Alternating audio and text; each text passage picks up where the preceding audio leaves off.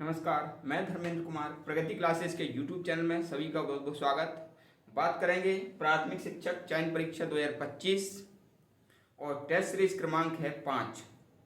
इससे पहले 4 test series हो चुकी हैं और काफ़ी उसमें महत्वपूर्ण प्रश्न लिए गए थे। इस वाली टेस्ट सीरीज में भी महत्वपूर्ण प्रश्न है।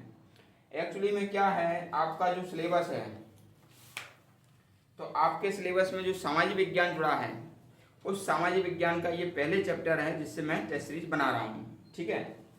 और उस चैप्टर का नाम है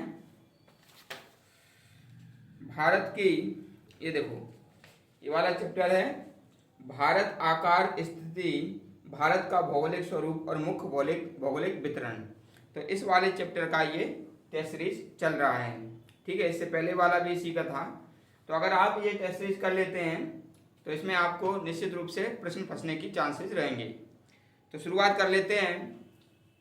पहला क्वेश्चन है, तीन ओर समुद्र से घिरे स्थलीय भाग को क्या कहते हैं?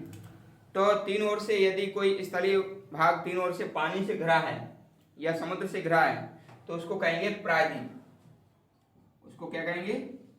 प्रायद्वीप, ठीक है ना। जो तीन ओर से है, तीन ओर से, और जो चारों ओर से जो पानी से घिरा है उसको कहते हैं द्वीप। उसको क्या कहते हैं? द्वीप। जैसे श्रीलंका क्या है? द्वीप है, वो चारों ओर से पानी से घिरा हुआ है, ठीक है। तो तीन ओर से यदि पानी से घिरा हो उसे प्रायद्वीप कहते हैं, और जो चारों ओर से पानी से घिरा हो उसे द्वीप कहते हैं, ठीक है।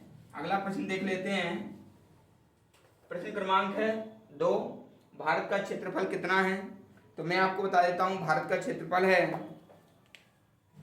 3287,263 वर्ग किलोमीटर, ठीक है। 3287,263 वर्ग किलोमीटर भारत का क्षेत्रफल है, जो विश्व के कुल क्षेत्रफल का 2.43% है। जो विश्व के कुल क्षेत्रफल का कितना है? 2.43% है, ठीक है। अगला है प्रश्न, क्षेत्रफल में सबसे बड़ा केंद्र शासित प्रदेश कौन सा है? देखो, क्षेत्रफल में जो सबसे बड़ा केंद्र शासित प्रदेश है वह है लद्दाख। लद्दाख क्षेत्रफल में सबसे बड़ा केंद्र शासित प्रदेश है और इसका जो क्षेत्रफल है 59,146 वर्ग किलोमीटर में ये विस्तारित है। तो ये क्षेत्रफल में सबसे बड़ा है। यदि जनसंख्या में पूछें, ठीक है ना, जनसंख्या में पूछेंगे तो जनसंख्या में सबसे बड़ा केंद्र शासित प्रदेश है दिल्ली, ठीक है। जनसंख्या में सबसे बड़ा केंद्र शासित प्रदेश कौन सा है? दिल्ली। और यदि जनसंख्या और क्षेत्रफल में सबसे छोटा केंद्र शासित प्रदेश पूछेंगे तो आप लगा दें लक्षद्वीप। लक्षद्वीप सबसे छोटा जनसंख्या में भी और क्षेत्रफल में भी, ठीक है। दोनों में ही है।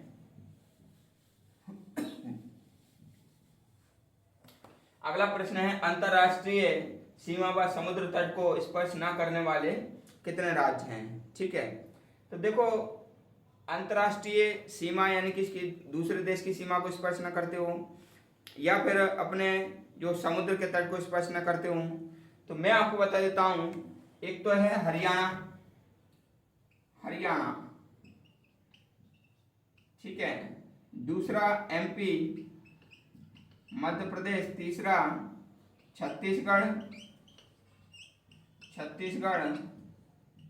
झारखंड और तेलंगाना। तो ये जो 5 राज्य हैं, ये किसी भी समुद्री सीमा या फिर अन्य देश की सीमा को स्पर्श नहीं करते हैं, ठीक है ना। तो इसको याद कैसे करेंगे? हरि ओम, ओम यानी कि ओम का माँ ले लेना, तो माँ से मध्य प्रदेश। हरिओम, छत्ती झार तेल लगा के, है ना। तो छत्ती झार यानी कि झारखंड और तेल लगा के यानी कि तेलंगाना। तो ये सब भू अवस्थित हैं, ठीक है। अगला है भारतीय मानक रेखा कितने राज्यों से होकर गुजरती है। तो भारतीय मानक रेखा यानी कि 82.5 डिग्री पूर्वी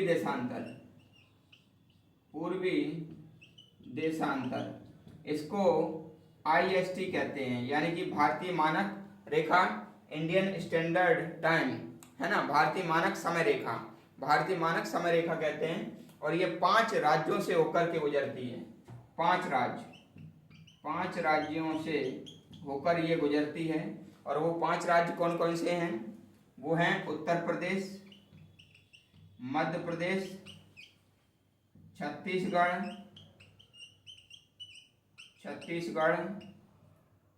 ठीक है ना, छत्तीसगढ़, और हो जाएगा आपका आंध्र प्रदेश, और हो जाएगा आपका ओडिशा, ठीक है ना।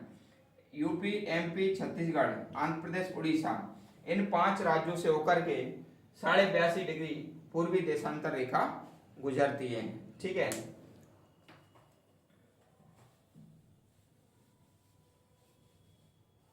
अगला प्रश्न है अपना, भारतीय उपमहाद्वीप में कौन कौन से देश शामिल हैं। देखो सबके सब जो है ना यूनिक प्रश्न लिए मैंने, और आने के पूरे चांसेस रहते हैं, क्योंकि क्वेश्चन पेपर ऐसे ही बनता है, ठीक है। तो भारतीय उपमहाद्वीप में कौन कौन से देश हैं। तो अपना जो भारत है पहले उपमहाद्वीप हुआ करता था। उपमहाद्वीप यानी कि द्वीप, महाद्वीप से छोटा होता है उपमहाद्वीप, महाद्वीप से छोटा होता है उपमहाद्वीप। तो उपमहाद्वीप भारत को क्यों कहते थे?